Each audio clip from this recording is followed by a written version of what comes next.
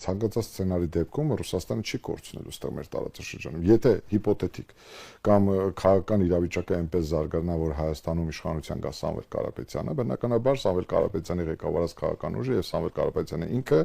շատ նորմալ մարդկային հարաբերություններ ունի Ռուսաստանի հետ եւ կարծում եմ այդ հարաբերությունները կշարունակվեն։ Եթե իշխանության է մնում Նիկոլ Փաշինյանը, հենց Կրեմլի զգուշացումը դրանով է պայմանավորված։ Իրենք փորձում են հայ ժողովրդի մոտ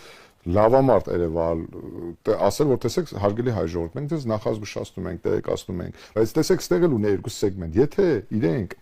այսպես ասած Նիկոլի դուխով լինելը օգտագործեն, այսինքն ընտրություններից հետո Նիկոլը որոշակի գործողություններ իրականացնի իրականում Ռուսաստանից Հայաստանի պորտալները կտրելու, իրականում Եվրամիության անդամակցելուն ուղղված կոնկրետ առարկայական քայլեր իրականացնելու համար եւ հստակորեն, ինչպես Ալեն Սիմոնյանն էր ասում, դուրս գա ԵԱՏՄ-ից եւ ՀԱՊԿ-ից, դա լեգիտիմ իրավունք է տալու Ռուսաստանին, Հայաստանում կամ ընդհանրապես մեր տարածաշրջանում որոշակի ուժային գործողություններ իրականացնելու, որովհետեւ այդտեղ շոշափում է արդեն ռուսականի աշխարհաքաղաքական շահերը։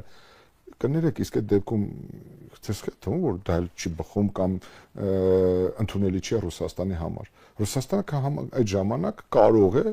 համարել, որ իր կարմիր գծերը հատվել են եւ դա իրեն լեգիտիմ իրավունք է տալիս տարածաշրջանում իրականացնել այնպիսի քայլեր, որոնք կչեզոքացնեն Ռուսաստանի աշխարհաքաղաքական շահերին միտված ռիսկերը